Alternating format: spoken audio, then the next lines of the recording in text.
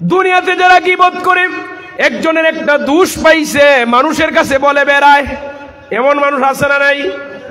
না নাই? আরে এখন তো গীবতের চর্চাই সমাজে বেশি হয়। একজন একটা দোষ পাইলে এটা না বলা পর্যন্ত তার ঠান্ডা হয় না। একজনকে বদনাম করানোর জন্য তার একটা দোষ পাইছে সবার কাছে বলে বলে বেড়ায়, এটার নাম গীবত। আমার নবী গীবত সম্পর্কে বলেছেন, আল গীবাতু আশাদ্দু মিনাজ জিনা, গীবত জিনার চেয়ে আর খারাপ, জিনার চেয়ে নিকৃষ্ট, জিনার চেয়ে বড় গুনাহ। অথচ প্রতিনিয়ত আমরা গীবত করি, আমরা চিন্তা করি না ভাই। ও ভাই, নিজের জীবনে কত ভুল আছে আমরা একটা জিনিস চিন্তা করি না। হযরত আলী রাদিয়াল্লাহু তাআলা বলেন, ওই ব্যক্তি সবচেয়ে বেশি জ্ঞানী যে নিজের ভুল ধরতে পারে এবং সংশোধন হতে পারে। সুবহানাল্লাহ। আমরা মানুষের ভুল যেভাবে ধরি, নিজের ভুল নিয়ে চিন্তা করি না। নিজের শত শত ভুল আছে, এটা নিয়ে আমার কোনো মাথা ব্যথা নাই। আরেকজনে কি করছে এটা নিয়ে আমাদের মাথা ব্যথা। তো যারা দুনিয়াতে গীবত করবে, পরকালে তাদের নখগুলো তামার তৈরি হবে, লম্বা লম্বা হবে, নিজের গুস্ত নিজেই টেনে খাবে। সম্মানিত হাজরিন, এরপরে আপনার আমার নবী আরো সামনে গেলেন, গিয়ে দেখলেন এক শ্রেণীর মানুষের জিহ্বা আগুনের কেসি দিয়ে কাটা হচ্ছে। কেসিটাকে আগুনের মধ্যে দিয়ে লাল করা হলো, আগুনের মধ্যে দিয়ে উত্তপ্ত করা হলো, কেসিটা লাল রঙের ধারণ করলো। ওই কেসি দিয়ে ওই কিছু কিছু মানুষের জিহ্বাগুলি কেটে দেওয়া হচ্ছে। আমার নবী জানতে চাইলেন, ভাই জিবরিল, এরা কারা?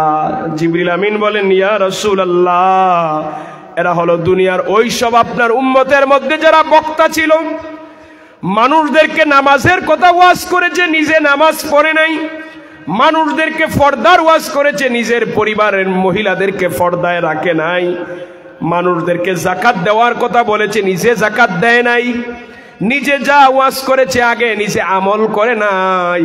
এমন বেআমলি ওয়াজিদের জিহ্বা আগুনের কেসি দিয়ে কাটা হবে। তার মানে বক্তাগিরি এত সোজা না। ওয়াজ করা সোজা, পরকালে হিসাব আসেনি। সারা রাত ওয়াজ হলো, বক্তায় ওয়াজ করলো, দেখা যায় নামাজ নাই। এদের জিহ্বা আগুনের কেসি দিয়ে কাটা হবে। আল্লাহ তাআলা যেন আমাদেরকে দিনের প্রকৃত দাঈ ইলাল্লাহ হিসাবে কবুল করেন, বলি আমিন। যা বলি আল্লাহ যেন আগে আমাদের আমলের তৌফিক দেন, বলি আমিন। সম্মানিত হাজির, আপনার আমার নবী আরো সামনে গেলেন, গিয়ে দেখলেন একটা পাত্রের মধ্যে সুস্বাদু গোশত রান্না করা, তার পাশে আরেকটা পাত্র দুর্গন্ধযুক্ত গোশত, ফসা। কিন্তু আল্লাহর কিছু বান্দা বান্দিরা সুস্বাদু গোশত রেখে ফসা গোশতগুলো খাইতেছে। আচ্ছা, আপনার আমার মানুষের সামনে যদি এরকম দুটি জিনিস দেওয়া হয়, সাধারণত কোনটা নিবে? বালাটা তো সবাই নিবে। দুর্গন্ধযুক্ত বলবে, আর এটা সরাও না, এটার জন্য খাইতে পারতেছি না।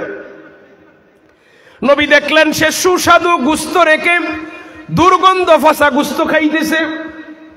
নবী জানতে চাইলেন, ভাই জিবরিল, এরা কারা? জিবরিল আমিন বলেন, ইয়া রাসূলুল্লাহ, এরা হলো ওইসব পুরুষ এবং মহিলারা যারা নিজের ঘরে পুত পবিত্র স্ত্রী রেখে অন্য মহিলার সাথে জিনা ব্যভিচারে লিপ্ত হইত। নাউযুবিল্লাহ।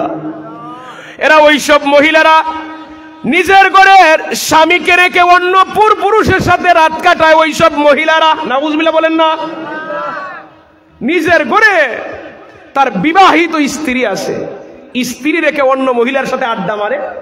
নিজের ঘরে স্বামী আছে, স্বামীকে রেখে অন্য পুরুষের সাথে মানে খেলাধুলা করে। এরা ওই ফসা দুর্গন্ধ গোশতগুলি খাবে। নাউযুবিল্লাহ। সম্মানিত হাজিরিন, এবার আপনার আমার নবী আরো সামনে গেলেন। নবী সামনে গিয়ে দেখলেন একটা রক্তের নদী, নদীর মধ্যে একজন মানুষ সাঁতার কাটতেছে, নিজেরে বাঁচানোর জন্য কিনারায় আসে। আল্লাহর ফেরেশতারা পাথর মারে, পাথরের আঘাত থেকে বাঁচার জন্য আবার নদীর মধ্যখানে যায়। আচ্ছা, রক্ত দেখলেই তো আমরা ঘৃণা লাগে, ঠিক না? রক্ত সামনে আইলে কি আমরা এটা সরাও, রক্ত দেখলেই ঘৃণা লাগে। যত সময় যায় এটা থেকে দুর্গন্ধ তৈরি হয়। রক্ত আমরা তুলে নিয়ে ডাস্টবিনে ফেলে দেই, একটা ময়লা দুর্গন্ধ জায়গায় ফেলে দেই, এটা আবর্জনা। তো রক্তের নদীর সাঁতার কাটবে, যখন কিনারায় আসে পাথর মারা হয়, বাঁচবার জন্য আবার যায়। পানির মধ্যে সর্বোচ্চ কয় ঘন্টা সাঁতার কাটতে পারবেন ভাই? 1-2 ঘন্টা, এর বেশি তো থাকা যায় না, একটু রেস্ট নিতে হয়, তো আপনি মারাই যাবেন।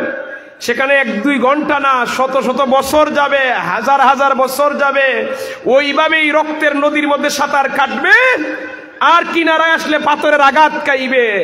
আমার নবী জানতে চাইলেন, ও ভাই জিবরিল, এরা কারা? জিবরিল আমিন বলেন, এরা হলো দুনিয়ার সুদকুর।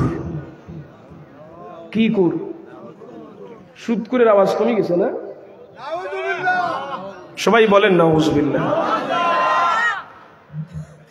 অন্য হাদিসে আসছে, আমার নবী গিয়ে দেখলেন কিছু মানুষের পেটগুলি বাড়ির মতো বড় বড়, কোন বর্ণনায় পাহাড়ের মতো বড় বড়। এদের পেটের মধ্যে বিষাক্ত সাপ বিচ্ছু পেটের মধ্যে দংশন করতেছে। নবী জানতে চাইলেন, আমার নবী জানতে চাইলেন, ও ভাই জিবরিল, এরা কারা? জিবরিল আমিন জবাব দিলেন, এরা হলো দুনিয়ার ঘুষখোর। সুদ ঘুষ সমাজে আছে না নাই? আপনাদের এলাকায় নাই?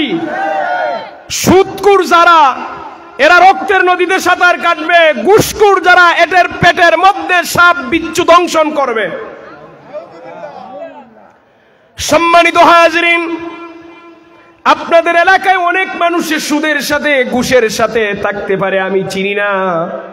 আপনার এলাকার মানুষের সাথে আমার চলাফেরা নাই, আপনাদের এলাকার মানুষের সাথে আমার কোনো লেনদেন নাই, আপনার এলাকার মানুষের সাথে জায়গা নিয়ে আমার কোনো ধাক্কাধাক্কি নাই।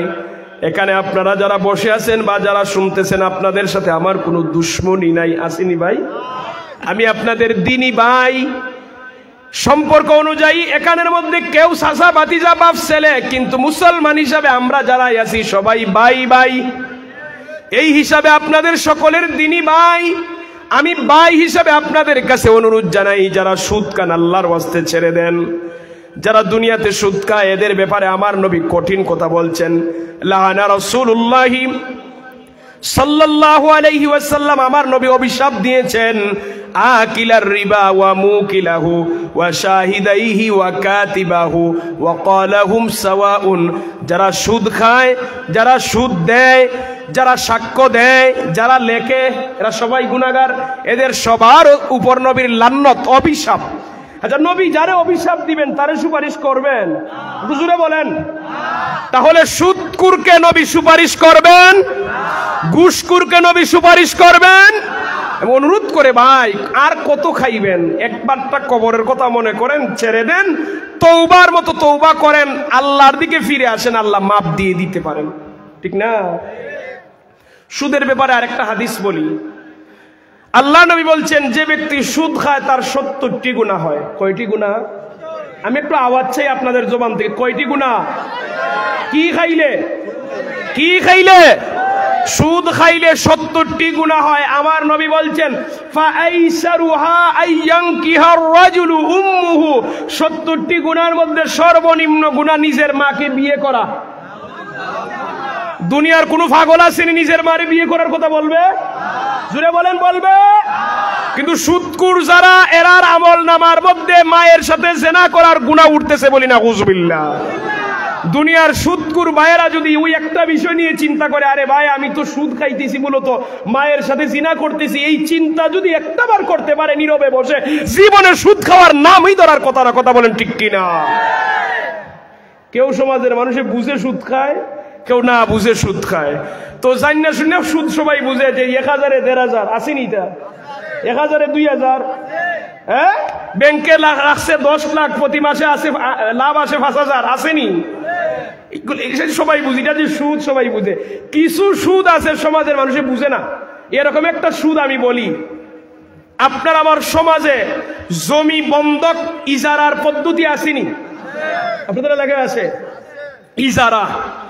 ইজারা শব্দটা আরবি, বাংলা হলো বন্ধক, আরবিতে বলে ইজারা। আমাদের কিতাবের অধ্যায়ের ছিল, অধ্যায়ের নাম ছিল বাবুল ইজারা, বন্ধকের অধ্যায়।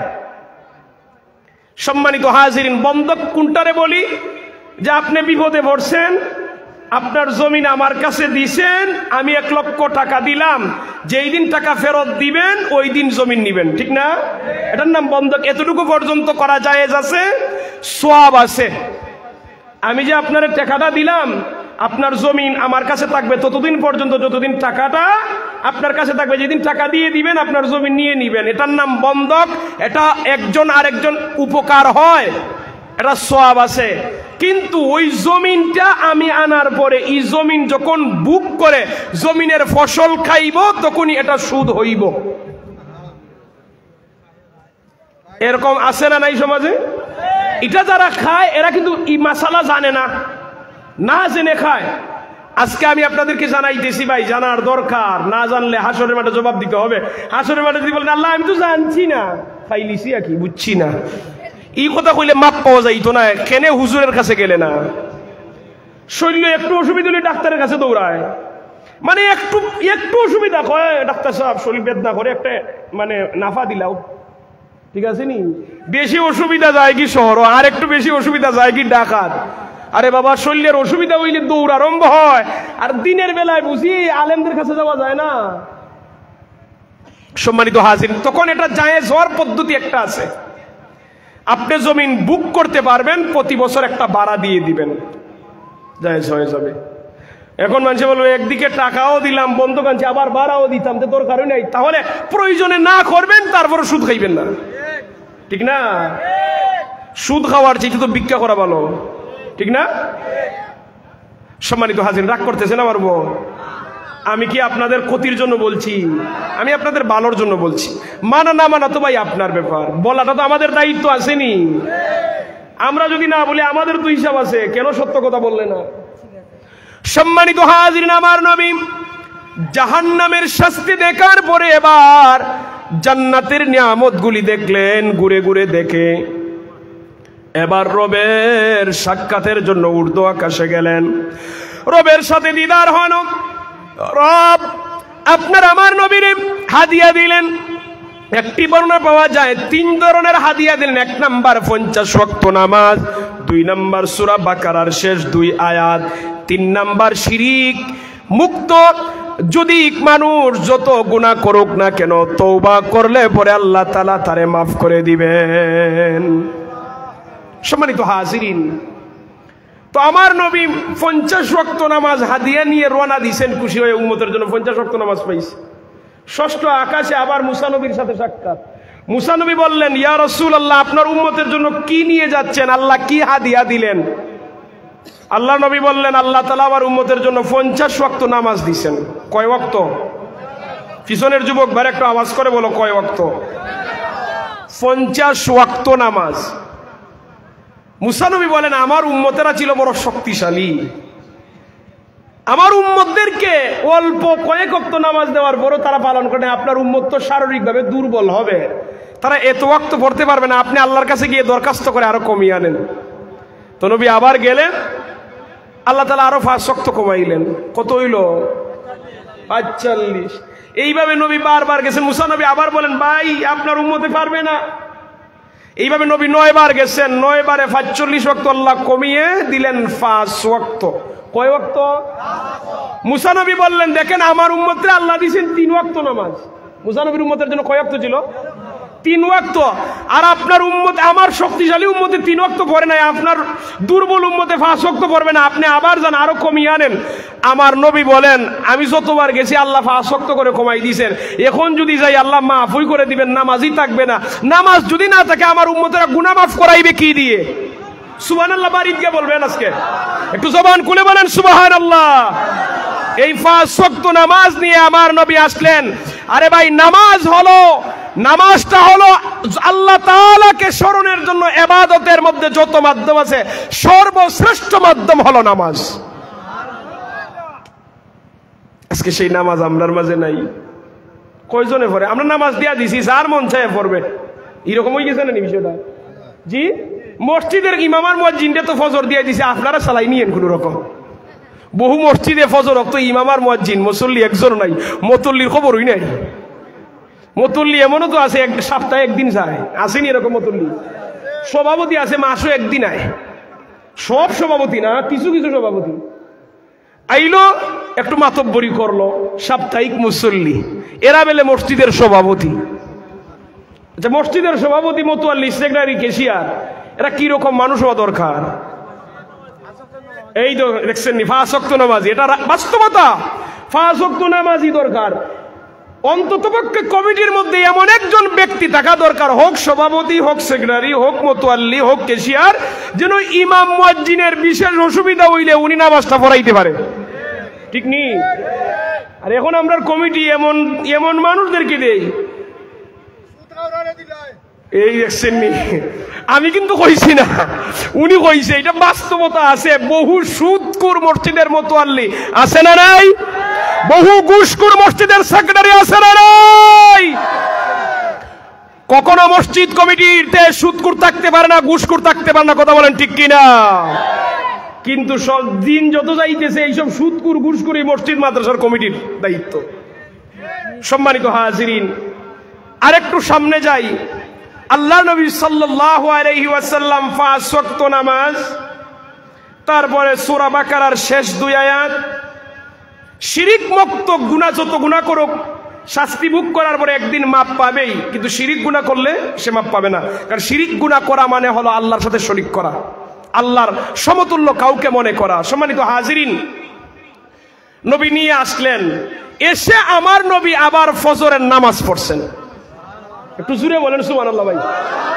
আমি এখন একটু এটা নিয়ে একটু ব্যাখ্যা করি আপনাদেরকে সাথে নিয়ে। রাতের তাহাজ্জুদের একটি অংশে আমার নবী গেছেন, কোথায় কোথায় গেছেন দেখেন। মসজিদুল হারাম থেকে মসজিদে আকসায় যাওয়ার আগে মসজিদে নববীতে মদিনায় নামাজ পড়ছেন, ঈসা নবীর জন্মস্থানে 2 রাকাত নামাজ পড়ছেন, মুসা নবীর তুর পাহাড়ে নামাজ পড়ছেন, মাদিয়ান শহরে শুআয়ব আলাইহিস সালামের শহরে নামাজ পড়ছেন, মসজিদুল আকসায় গিয়ে ইমামতি করছেন, প্রথম আকাশ পাড়ি দিয়েছেন, 7 আকাশে 8 জন নবীর সাক্ষাৎ পাইছেন, এরপরে সিদরাতুল মুনতাহায় গেছেন, জাহান্নাম দেখছেন, জান্নাত দেখছেন, আল্লাহর কাছে গেছেন, কথাবার্তা বলছেন, নামাজের হাদিয়া আনছেন, এরপরে মুসা নবীর সাথে সাক্ষাৎ, নবী 9 বার আল্লাহর কাছে আবার গেছেন, আবার ফিরে এসে 7 আকাশ জমিন ফাড়ি দিয়ে আবার মসজিদুল হারামে এসে ফজরের নামাজ পড়ছেন।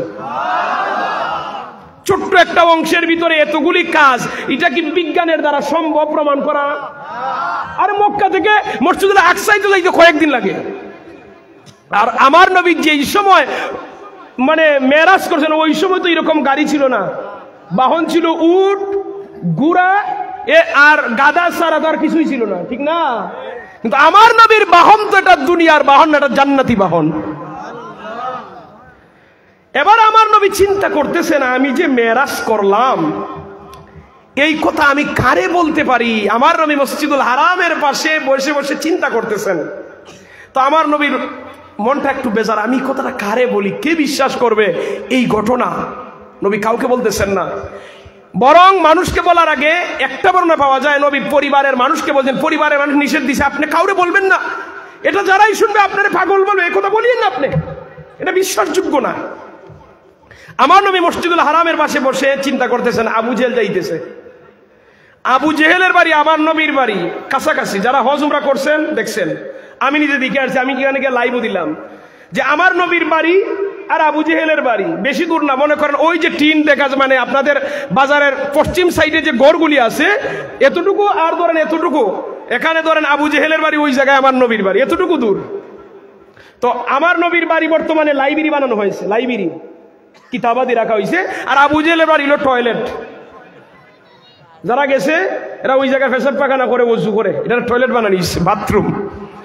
সম্মানিত হাজিরিন, তো আমার নবী মসজিদুল হারামের পাশে বসে রইলেন, কারে বলতে পারি? আবু জেহেল বলে, কি মোহাম্মদ, কি ব্যাপার, মন বেজার কেন? হিটলারি করে বলতেছে নবীরে কষ্ট দেওয়ার জন্য। দুশ্মনের ব্যবহার তো এরকমই হবে। তো আমার নবী বলেন, আমি গত রাতের একটি ছোট্ট অংশে মেরাজ করেছি। আবু জেহেল বলে, মেরাজ কি? আমার নবী বলেন, মসজিদুল হারাম থেকে মসজিদে আকসায় গেছি, নামাজ পড়ছি, তারপরে উর্দু আকাশে গেছি, আল্লাহর সাথে সাক্ষাৎ করছি, নামাজ আনছি, এই সব বললেন। আবু জেহেল বলে, কি বলো তুমি? আচ্ছা, তুমি যে আমার সামনে এই বিবরণ দিছো, তুমি কি আরো মানুষের সামনে এই বয়ান দিতে পারবে? আমার নবী বললেন, হ্যাঁ। আবু জেহেল করছে দেখেন নবীরে বেজ্জতি করার জন্য, তার নিয়ত কত বড় খারাপ। আমার নবীরে অপমান করার জন্য তার আশেপাশে আরো যত মানুষ আছে সবাইরে জড়ো করছে, আসো এইদিকে দেখো মোহাম্মদ কি বলে। তার উদ্দেশ্য নবীরে বেজ্জত করা। সমস্ত মানুষকে ডেকে আনার পরে বলে, মুহাম্মদ এবার বলো তো আমার কাছে আগে যা বলছিলে। আমার নবী আবারও বললেন, আমি মসজিদুল হারাম থেকে মসজিদে আকসায় গেছি, উর্দু আকাশে গেছি, আল্লাহর সাথে সাক্ষাৎ করছি, নামাজ আনছি, মুসা নবীর সাথে সব বিবরণ দিলেন। সব মানুষেরা আমার নবীরে পাগল বলে চলে গেল, বলি না উযুবিল্লাহ। একটা কাফেরও বিশ্বাস করলো না। আমার নবী টেনশনে পড়ে গেলেন, আহারে এইটা কে বিশ্বাস করবে। এবার আবু জেহেল এবার তার সঙ্গপাঙ্গরা সামনের দিকে যাচ্ছে, গিয়ে দেখে হযরতে আবু বকর সিদ্দিক রাদিয়াল্লাহু তাআলা নূরে পাইস। আবু জেহেল বলে, ও আবু বকর, তুমি তো হলে তোমার নবীর শ্রেষ্ঠ বন্ধু, মুহাম্মদের দুঃখের সাথী, সুখের সাথী, খেলার সাথী, এর চাইতে আর কেউ নবীর সাথে চলে নাই। তুমি তোমার নবীর এত বেশি মানো, এই কথাও কি মানবে যে তোমার নবী গত রাত্রে কি করেছেন তুমি কি শুনেছ? আবু বকর বলেন, না, কি হয়েছে আমি তো এখনো জানি না। আবু জেহেল বলে, তোমার নবী এই কথা বলছেন, এবার তুমি বলো তো এটা কিভাবে বিশ্বাস করা যায়। আবু জেহেল ভাবছিল আবু বকর রাদিয়াল্লাহু তাআলা নূর কাছে বললে হয়তো নবীর বিরুদ্ধে নিয়ে যাবে। খুব খুশি মনে আবু জেহেল বলতেছে, আবু বকর, তোমার নবী নাকি গত রাত্রে ছোট্ট একটি সময়ে মসজিদুল হারাম থেকে মসজিদে আকসায় গেছেন, তারপরে উর্দু আকাশে গেছেন, আল্লাহর সাথে সাক্ষাৎ, তারপরে নামাজ আনছেন, মুসা নবীর সাথে সাক্ষাৎ, 8 জন নবীর সাক্ষাৎ, সবার সাথে কথা বলছেন। এই ছোট্ট সময়ের ভিতরে এত কিছু করা কি সম্ভব? তুমি আবু বকরে কি বলো? আবু জেহেল বলতেছে, আবু বকর, তুমি তোমার নবীর সব কিছু মানো, অন্ততপক্ষে এটা তো তুমি বলবে এটা কখনো সম্ভব নাই, একথা বলবে তো আবু বকর তুমি। তখন আবু বকর বলতেছেন, আবু জেহেল, তুমি যে এত সময় বিবরণ দিলে, এই কথাগুলি কি আমার নবী বলছেন? প্রশ্ন বুঝবেন ভালো করে। আবু বকর বলতেছেন, এ আবু জেহেল, তুমি যে বললে এই কথাগুলি কি আমার নবী নিজে বলছেন? আবু জেহেল বলে, হ্যাঁ, তোমার নবী তো বলছে। আবু বকর সিদ্দিক বলেন, যদি আমার নবী বলে থাকেন তাহলে আমি বিনা দ্বিধায় মেনে নিলাম নবী সত্য বলছেন। এটার নাম নবীর আনুগত্য, এটার নাম নবীর ভালোবাসা। যদি নবী বলে থাকেন সত্য বলছেন, কারণ আমার নবী জীবনে কখনো মিথ্যা কথা বলতে পারেন। আমার নবী হলেন সত্যবাদী নবী। আবু জেহেল তো অবাক হয়ে গেছে, আরে কার কাছে ইতিহাস বললাম, আমি চাইছিলাম তার নিয়ে আমার দলে আনা যায়, হেডে আরো বিপরীত। হ্যাঁ, আল্লাহ তাআলা আবু বকর সিদ্দিক রাদিয়াল্লাহু তাআলা আনহুর প্রতি এতই সন্তুষ্ট হলেন, আল্লাহ তাআলা ওহীর মাধ্যমে আবু বকরকে সিদ্দিক উপাধি দিয়ে দিয়েছেন। জবান খুলে বলেন সুবহানাল্লাহ।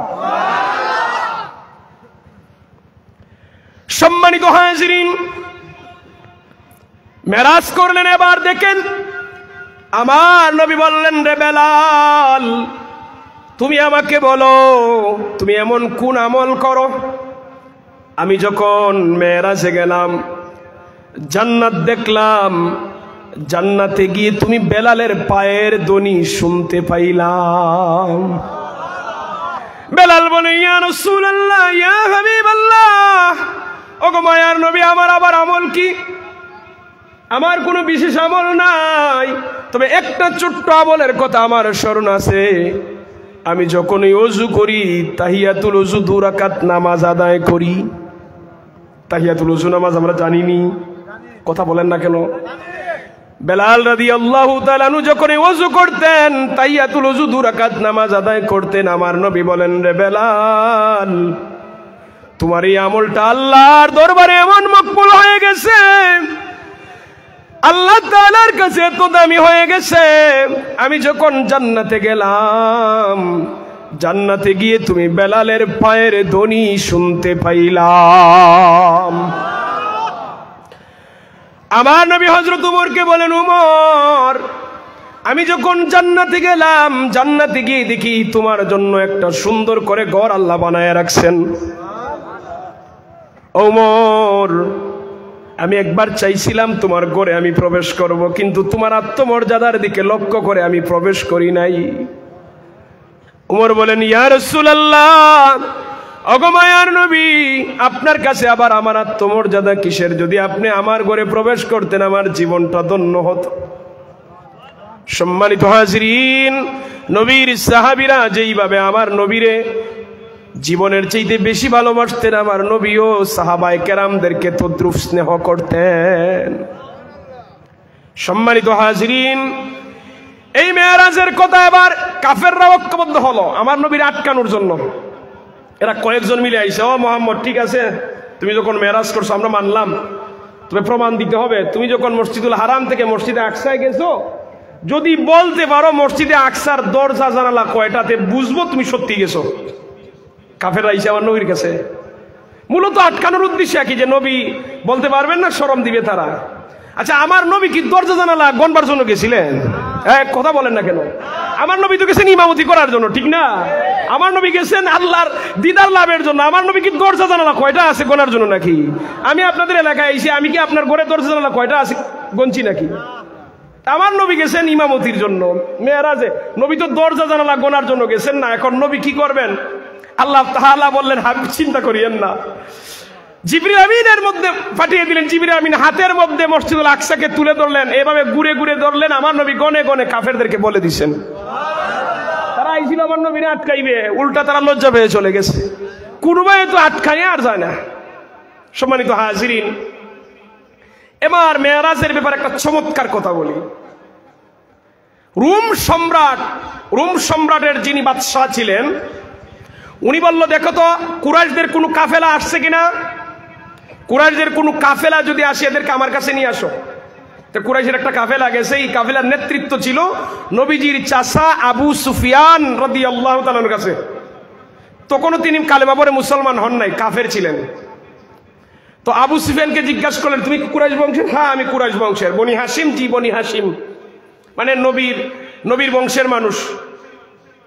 বললেন, আমি তোমার কাছে কিছু প্রশ্ন করে উত্তর দাও। কয় কি?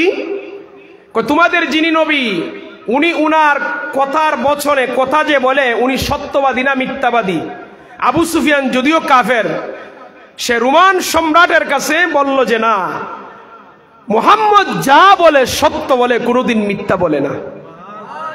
সে কিন্তু কাফের, কিন্তু এখন সত্য বলতেছে, সত্য সাক্ষ্য দিতেছে, বলতেছে মুহাম্মদ কোনোদিন কি করে নাই, মিথ্যা বলে নাই। রোমান সম্রাট প্রশ্ন করলো যে ধনী মানুষেরা বেশি অনুসরণ করে না গরিবেরা? তো উনি বলে, বেশিরভাগ গরিব মানুষেরাই মানে। এরপরে প্রশ্ন করলেন, ওনার আখলাক কেমন? কয়, এর চাইতে বড় আখলাকওয়ালা মানুষ আর নাই। তার কথার মধ্যে রুক্ষ না মায়াবী? বলল যে এত মায়াবী কথা, মানুষ যখন তার কথা শুনে শুনতেই থাকে। সুবহানাল্লাহ। আবু সুফিয়ানকে রোমান সম্রাট প্রশ্ন করলো, তাহলে তো সব দিক দিয়ে ভালো, তাহলে তোমার সমস্যা কোথায়? উনি বলে, আমি তার সব মানি, একটা বিষয় মানি না। কই কি? কই এটা আপনি শুনলে আপনিও বিবেচনা করতে পারবেন। কই কি বিষয়? কই উনার সব মানি, একটা বিষয় মানি না। উনি বলছে উনি নাকি রাতের এক আধারে উনি মেরাজে গেছেন, মসজিদুল হারাম থেকে মসজিদে আকসায়, মসজিদে আকসা থেকে উর্দু আকাশে, সাত আকাশ, আল্লাহর সাথে সাক্ষাৎ, এত কিছু এক রাত্রের ভিতরে গিয়ে উনি সফর করে এসে আবার ফজরের নামাজ পড়ছে। ইটা মানি না, বাকি সব মানি। রোমান সম্রাটের ফাঁসে ছিল তার ধর্মযাজক খ্রিস্টান পাদ্রী। তখন ওই খ্রিস্টান পাদ্রী বলে যে মুহাম্মদ যে মেরাজে গেছেন এটাও সত্য। রোমান সম্রাট বলে, তুমি কিভাবে জানলে? আমি এক সময় মসজিদুল আকসার খাদেম ছিলাম। খাদেম তো বুঝেন, যারা মসজিদ ঝাড়ু দেয়, দরজা জানালা লাগায়, পায় পরিষ্কার করে, খাদেম ছিলাম। এক রাত্রে আমরা প্রতিদিন নিয়মিত লাগাই দরজা জানালা, একটি রাত্রে আমরা সব লাগাইলাম, কিন্তু প্রধান গেট, প্রধান যে দরজা, এটা লাগাইতে পারতেছি না। বিষয় কি? সব খাদেমে ধাক্কা ধাক্কি করি, লাগে না। মিস্ত্রি আনলাম, পারে না, বলে আজকে রেখে দাও, আগামীকালকে দিনের বেলা দেখা যাবে। আমরা এভাবেই রেখে দিলাম। পরের দিন সকালবেলা গিয়ে আমরা দেখি মসজিদুল আকসার সামনে যে পাথর আছে, পাথরের মধ্যে রশি বাঁধার চিহ্ন পাইলাম। কি বাঁধার চিহ্ন? রশি বাঁধার চিহ্ন। আমরা পায়ের ছাপ পাইলাম মসজিদের সামনে। আমরা বুঝলাম গত রাত্রে অবশ্যই এখানে কেউ না কেউ আসছে।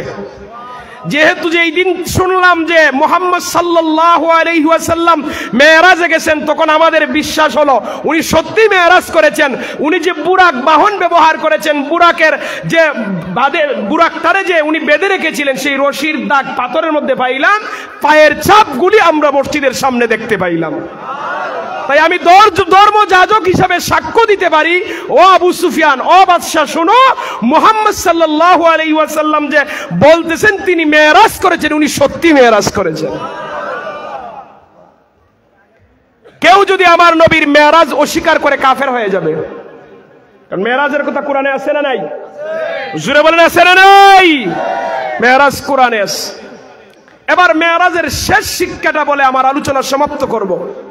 সম্মানিত হাজিরিন, মেরাজের আলোচনার শেষ শিক্ষাটা কি? আল্লাহ নবী সাল্লাল্লাহু আলাইহি ওয়াসাল্লাম একদিন, ওনার মন খুব ভালো, আম্মাজান আয়েশা সিদ্দিকা রাদিয়াল্লাহু তাআলা আনহারে বলতেছেন, আয়েশা, তুমি আমার কাছে আজকে যা চাইবে আমি তোমারে তাই দিব। স্বামী তার স্ত্রীর অফার করতেছেন, আমার নবী বলতেছেন, আয়েশা, আজকে তুমি আমার কাছে যা চাইবে আমি তাই দিব। আম্মাজান চিন্তায় পড়ে গেলেন, কি নবীর কাছে চাইতে পারি, এমন জিনিস চাইলাম যদি নবীর কাছে না থাকে, তা আমার নবী আমার কাছে লজ্জায় পড়ে যাবেন, আমি আমার নবীরে, আমার স্বামীরে লজ্জা দিতে চাই না। আচ্ছা, দুনিয়ার এখন যদি স্বামীরা স্ত্রীর অফার দেয়, চাইতে কি সময় লাগবো? হ্যাঁ, 1000 লিস্ট লম্বইব। কিন্তু আম্মাজান চিন্তা করলে এমন জিনিস চাইবো যদি নবীর কাছে না থাকে, তো আমার নবী আমার কাছে লজ্জা পাবেন, এটা আমি মানতে পারি না। উনি বললেন, ইয়া রাসূলুল্লাহ, আমারে কি আমার বাবার সাথে পরামর্শের সুযোগ দিবেন? আপনার কাছে কি চাইতে পারি? আমি বাবার সাথে পরামর্শ করতে চাই। সুবহানাল্লাহ বলেন। আল্লাহর হাবিব বলেন, যাও, তুমি তোমার বাবার বাড়িতে যাও, তোমার বাবার সাথে গিয়ে পরামর্শ করেই চাও। আম্মা জান আয়েশা গেলেন বাড়িতে। উনার বাবার নাম কি বলেন না? আবু বকর সিদ্দিক রাদিয়াল্লাহু তাআলা আনহু বললেন, বাবা, আমার প্রাণের স্বামী মুহাম্মদুর রাসূলুল্লাহ সাল্লাল্লাহু আলাইহি ওয়াসাল্লাম আমারে অফার দিবেন, আজকে আমি যা চাইব তিনি তাই দিবেন। আমারে বলুন, পরামর্শ দেন, আমি নবীর কাছে কি চাইতে পারি? আবু বকর বলেন, রে মা, তুমি নবীর কাছে ওই জিনিসটা দাবি করবে। ইয়া রাসূলুল্লাহ, আপনি যখন মেরাজে গিয়েছিলেন, আল্লাহর সাথে সাক্ষাৎ করেছিলেন, যা কিছু করলেন, যা কিছু দেখলেন, দুনিয়াবাসীরে জানাই দিছেন, এমন কোন কথা শুধু আল্লাহ জানেন আর আপনি জানেন, ওই কথাটা আমারে বলেন। সব কথা তো মানুষে বলে দিছেন, কোনটা বাকি আছে? কোন কথাটা বাকি যেটা আল্লাহ জানেন আর আপনি জানেন, আর কেউ জানে? ওই কথাটা আমারে বলেন। আম্মা জান আয়েশা এসে বলেন, ইয়া রাসূলুল্লাহ, আমারে ওই কথা আপনি জানিয়ে দেন। রবের সাথে আপনি কথাবার্তা বললেন, দুনিয়ার মানুষে জানিয়ে দিলেন যে কথা আল্লাহ এবং আপনি ছাড়া কেউ জানে না। আমার নবী মুস্কি মুস্কি হাসেন আর বলেন, রে আয়েশা, আমি জানতাম তোমার বাবা এই পরামর্শই তোমারে দিবে। ওরে আয়েশা, শুনে রাখো, আমার আল্লাহ তাআলার সাথে একান্ত আলাপ। আল্লাহ তাআলা বলছেন, ও আমার হাবিব, আপনার উম্মতের মধ্যে যদি তারা কোনো দুই ভাই ঝগড়া লাগে, দুই ভাই বলতে যে কোনো মুসলমান, যে কোনো দুইজন মুসলমান যদি ঝগড়া লাগে, তার অপর কোনো ভাই তাদের মধ্যে মীমাংসা করে দেয়, মিটিয়ে দেয়, ঝগড়াটা মীমাংসা করে দেয়, ফয়সালা করে দেয়, আমি আপনার ওই উম্মতকে বিনা হিসাবে জান্নাত দিয়ে দিব।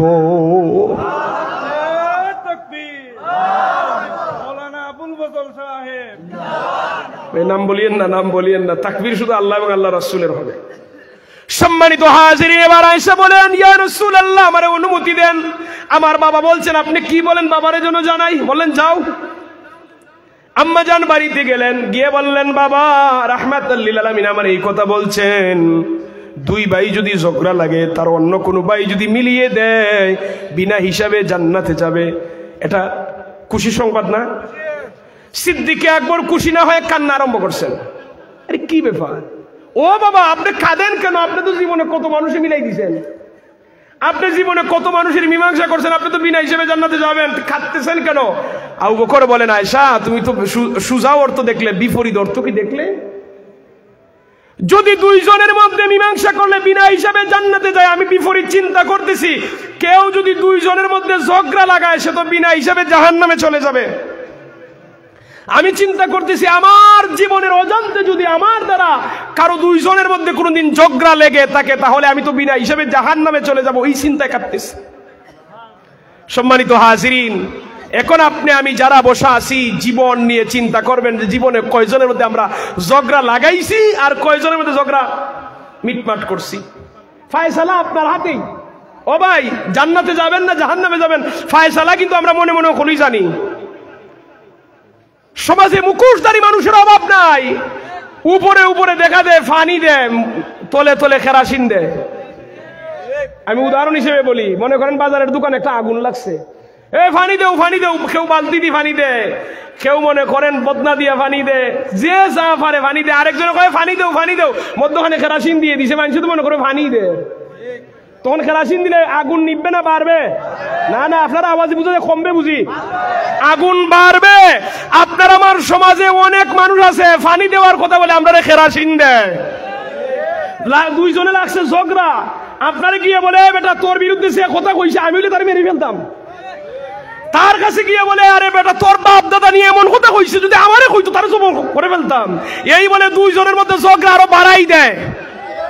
এইরকম ঝগড়া লাগানোর মানুষ আছে না নাই? শুনে রাখবেন, তারা বিনা হিসাবে জাহান্নামে যাবে। আর কেউ যদি ঝগড়া মিটাই দিতে পারে বিনা হিসাবে জান্নাতে যাবে। আমরা জাহান্নামে যাব না জান্নাতে? সবাই বলি জাহান্নামে না জান্নাতে? তাহলে আমরা ঝগড়া লাগাইবো না মীমাংসা করবো? আল্লাহ তাআলা যেন আমাদেরকে মীমাংসাকারী হিসাবে কবুল করেন। সবাই বলি আমিন। সাল্লাল্লাহু